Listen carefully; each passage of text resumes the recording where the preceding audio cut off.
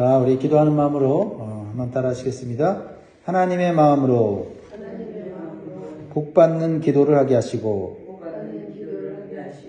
그 복을 나누며 살게 하소서. 아멘. 하나님께서 우리에게 반드시 복을 주시는 기도는 뭘까요? 오늘 시편 본문을 통해서 배울 수 있기를 원합니다. 구원받은 성도는 하나님의 마음을 알아가는 사람이에요. 하나님의 마음은 어떤 마음입니까? 누구에게나 긍휼을 베풀어 주시고 복을 주시려는 마음이에요. 그래서 우리가 죄로부터 구원을 받고 죽음에서 생명을 얻어서 이렇게 살아가고 있는 것입니다. 그래서 이러한 하나님의 마음을 알고 기도하는 성도는 계속해서 복을 받을 수밖에 없어요. 하나님이 주시는 복은 물질적인 복과 정서적인 복과 영적인 복을 다 포함하고 있습니다. 이런 복을 계속해서 받으시기를 주의 이름으로 축복합니다. 시편 기자는 오늘 본문에서 우리가 하나님의 마음으로 복을 구해야 되는 이유가 무엇인지를 정확하게 가르쳐주고 있어요. 1절을 같이 읽습니다. 하나님은 우리에게 은혜를 베푸사 복을 주시고 그의 얼굴빛을 우리에게 비추사. 하나님은 우리에게 복을 주시는 분이다 라는 것입니다. 구원받은 성도는 지금까지 하나님의 은혜로 살았지만은 앞으로도 하나님의 은혜를 받지 않으면 살 수 없다는 것을 분명히 인식하는 존재예요. 하나님은 우리가 하나님을 알지 못할 때에도 말없이 은혜를 베풀어 주셨습니다. 이 세상에서 우리가 살아갈 힘과 능력과 지혜를 주시고 우리가 날마다 숨을 쉬며 살아갈 수 있도록 공기를 베풀어 주시고 날마다 햇빛을 주시고 때마다 시마다 비를 내려주셔서 모든 생명들이 에너지를 얻고 열매를 맺도록 해 주셨다라는 것입니다. 그래서 이 모든 것이 하나님이 주신 복이라는 것을 분명히 인식하며 감사하며 살아가는 존재가 구원받은 성도라는 겁니다. 그래서 사도행전 17장 28절에 우리가 그를 힘입어 살며 기동하며 존재하느니라. 너희 시인 중 어떤 사람들의 말과 같이 우리가 그의 소생이라 하니. 사도 바울은 이런 하나님의 은혜를 분명히 인식하면서 살았습니다. 그리고 오늘 본문 1절 하반절에 보면 하나님의 얼굴빛을 우리에게 비추어 달라는 기도를 합니다. 하나님의 얼굴은 하나님의 사랑과 호의를 말하는데요. 그러니까 하나님의 얼굴빛이 비춰달라고 하는 것은 하나님의 사랑과 호의로 우리 인생을 보호해 달라는 겁니다. 우리 인생은 보호받지 못하면요, 생명도 재산도 우리가 사랑하는 사람들도 스스로 지킬 수가 없습니다. 하나님의 얼굴빛이 비춰지기 때문에 우리가 살아가는 거고 우리가 가진 것을 누리는 것입니다. 무엇보다도 우리는 죄악의 어둠 속에서 방황하고 살아가고 있기 때문에 하나님께서 얼굴을 돌리시면, 그래서 하나님의 빛이 비치지 않으면 생명의 길이 어딘지 알지 못하고 멸망과 죽음의 길로 갈 수밖에 없는 것입니다. 아무리 잘 살아도, 아무리 성공했다가 하더라도 하나님의 얼굴빛이 비춰지지 않으면 우리는 어둠 속에서 방황하며 살다가 그냥 우리들끼리 비교하면서 자랑하며 살다가 끝나는 인생인데, 하나님의 얼굴빛이 비춰지면 생명의 길이 보이고 구원의 길이 보이는 거예요. 그러므로 우리는 날마다 하나님의 은혜를 구하고 하나님의 얼굴빛을 비춰달라는 기도를 해야 되는 겁니다. 오늘까지만 잘 살다가 끝나겠습니까? 아니죠. 영원히 살아야 되지 않겠습니까? 그러려면 하나님의 얼굴빛이 오늘도 내일도 계속해서 비춰줘야 돼요. 이 기도를 해야 합니다. 우리 인간이 가진 이성의 빛은 너무나 작고 약해서 이 죄악과 절망의 어둠 속에서 헤어나올 수가 없습니다. 사람들은 교만하여서 이 세상의 지식과 철학과 과학의 빛으로 미래를 열어가려고 해요. 자신의 생명을 보호하려고 해요. 이러한 인간이 만든 빛으로는 구원의 길을 찾지 못한다라는 사실을 기억해야 돼요. 그래서 하나님께서는 어둠 속에 있는 우리들에게 참 빛이신 예수 그리스도를 이 땅에 보내주신 것입니다. 요한복음 8장 12절에 예수께서 또 말씀하여 이르시되 나는 세상의 빛이니 나를 따르는 자는 어둠에 다니지 아니하고 생명의 빛을 얻으리라. 여러분, 사람들이 만들어 놓는 빛, 그 빛에 현혹되지 마세요. 그 빛으로는 미래도 알 수 없고 그 빛으로는 생명의 길을 찾지 못합니다. 우리는 사람들이 비추는 손전등이나 반딧불에 의지하지 말고 하나님께서 영원히 비춰주시는 생명의 빛 대신 예수님을 의지하면서 살아가야 될 줄 믿습니다. 그럴 때 우리 모두는 구원과 영생의 복을 누리게 되는 것입니다. 이것이 하나님께서 주시는 영적인 복이고 하나님의 마음이에요. 이 하나님 마음을 우리가 알고 기도해야 합니다. 그래야 우리의 기도가 올바른 기도가 되고요. 복을 누리는 기도를 하게 되는 거예요. 하나님의 마음으로 복을 받는 기도는 나만을 위한 기도가 아니라 다른 사람들도 같은 복을 받기를 간구하는 기도예요. 2절 보세요. 주의 도를 땅 위에 주의 구원을 모든 나라에게 알리소서. 그러니까 이 시편 기자는요, 복 받는 기도가 뭔지를 알아요. 하나님께 복 달라고 막 기도하잖아요.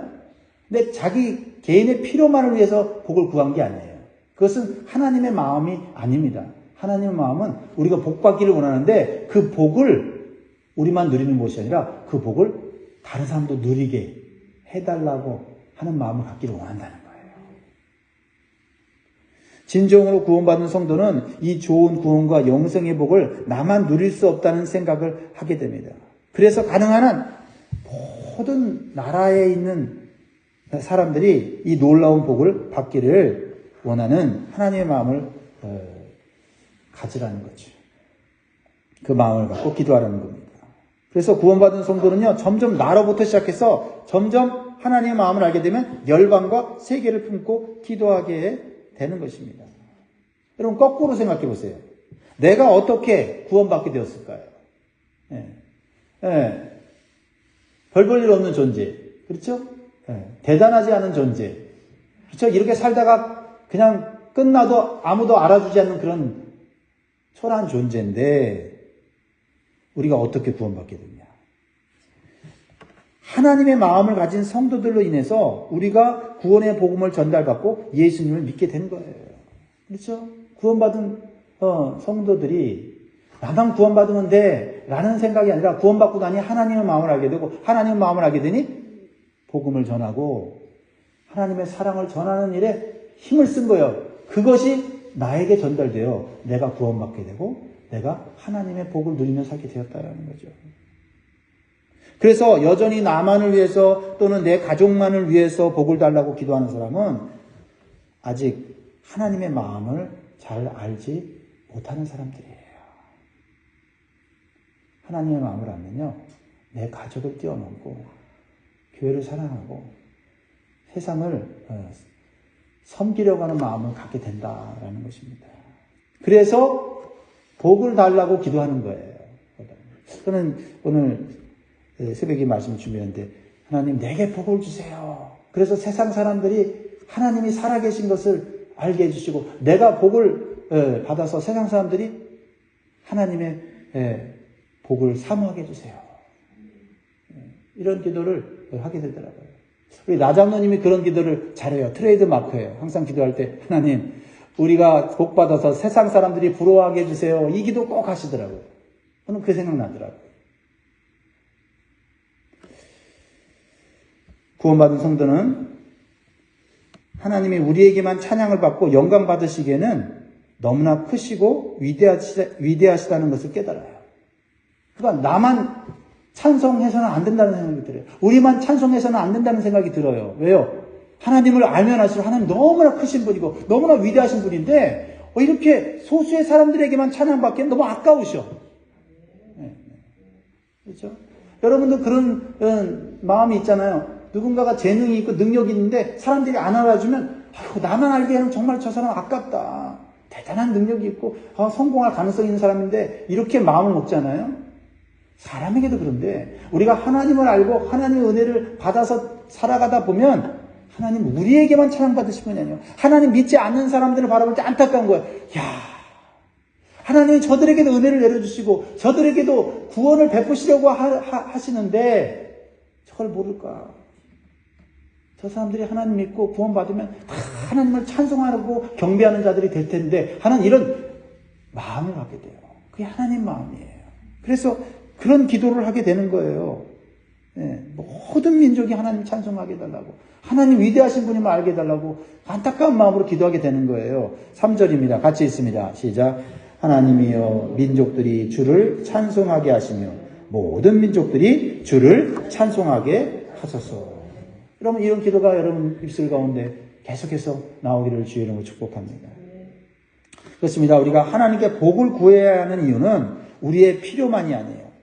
우리가 복을 받는 것을 세상 사람들이 보게 해서 하나님께서 살아계신 분이고 모든 사람에게 복을 주시는 하나님인 것을 드러내기 위해서예요.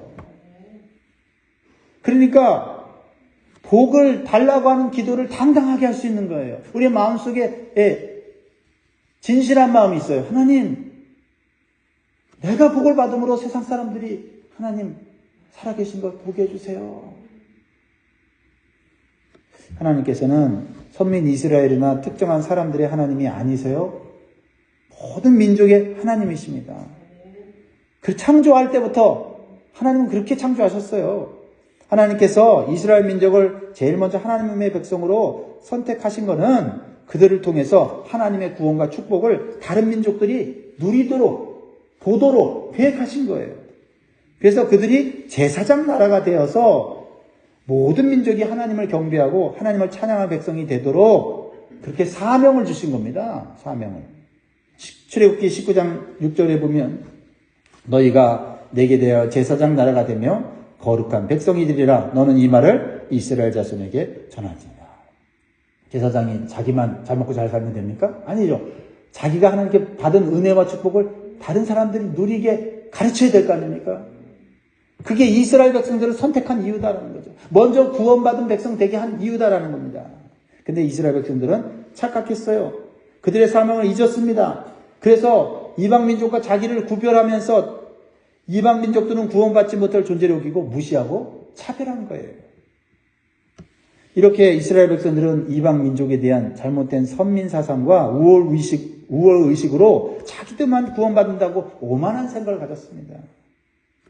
그래서 그들은 하나님을 작은 하나님으로 만들어버리고 하나님을 차별하신 하나님으로 만들어버린 거예요. 자기들의 하나님, 자기들만 구원하신 하나님, 자기들만 복 주시는 하나님. 심지어는 이 하나님의 말씀에서 떠나서 이 잘못된 유대교를 만들었을 때는 심지어는 이방인들은 지옥에 불 때는 불쏘시개라고까지 말하는 랍비들이 있었다는 거예요. 어처구니가 없죠. 이렇게 하나님의 마음을 모르면 하나님의 복을 받고도 쓸데없는 생각, 쓸데없는 행동을 하고 있는 거예요. 그래서 이스라엘에게 먼저 구원의 복음이 전파되었지만은 소수의 유대인들만 그 복음을 받아들이고 거부하는 유대인들에게서 하나님의 구원의 은혜가 떠나서 그 복음의 은혜와 축복이 이방인들에게 전파되게 된 거예요.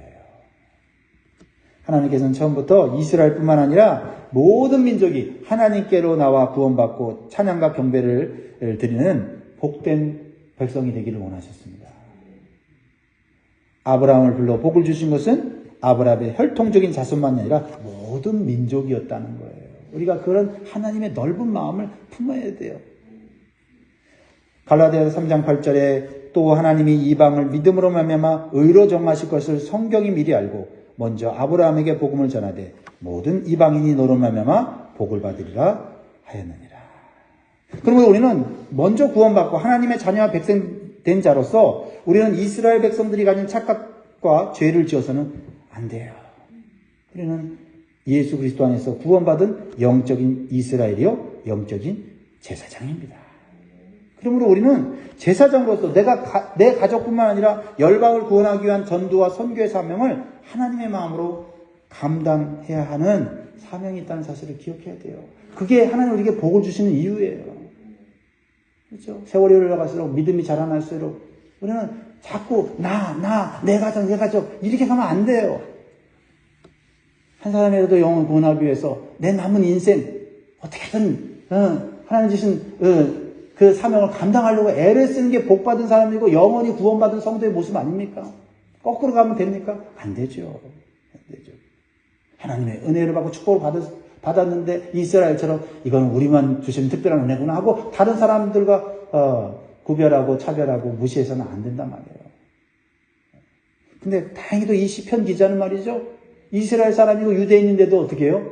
야, 하나님이 우리만 구원하는 게 아니구나. 이 구원을 통해서 다른 사람들도 하나님을 알게 되고 하나님을 찬양하는 존재로 살도록 도와주는 것이 나의 역할이구나라는 거예요.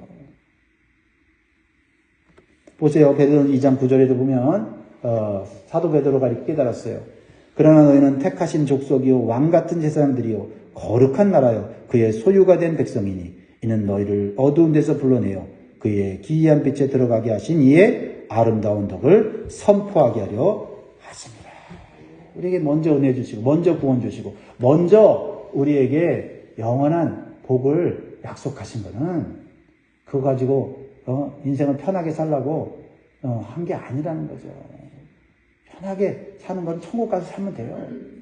우리에게 주어진 시간, 우리에게 준 물질, 은사, 어떻게든 간에 죽기까지 하나님이 주신 이 귀한 사명, 하나님이 얼마나 위대하신지, 하나님이 얼마나 의뢰로우신지를 선포하면서 살아야 한다는 거예요.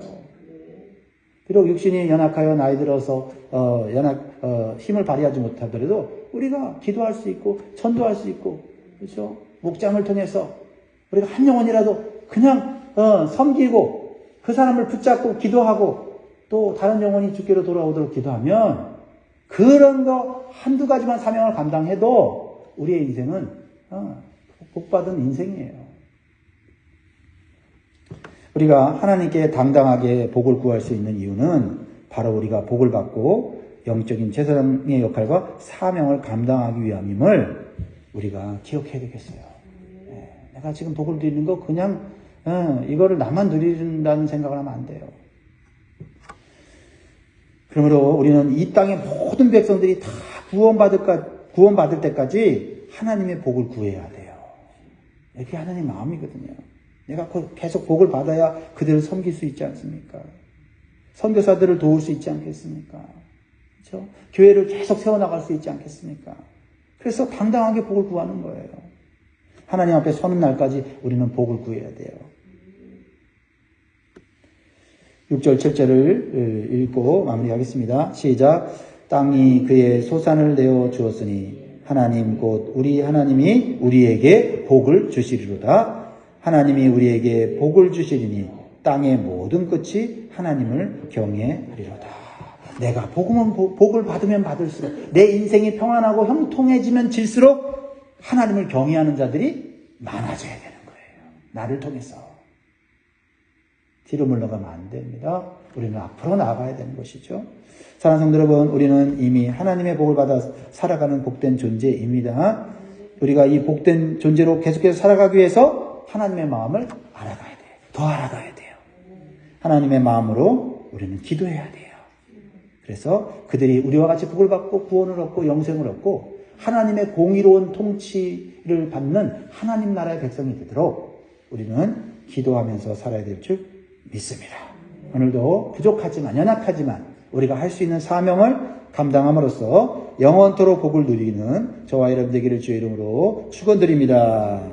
아멘.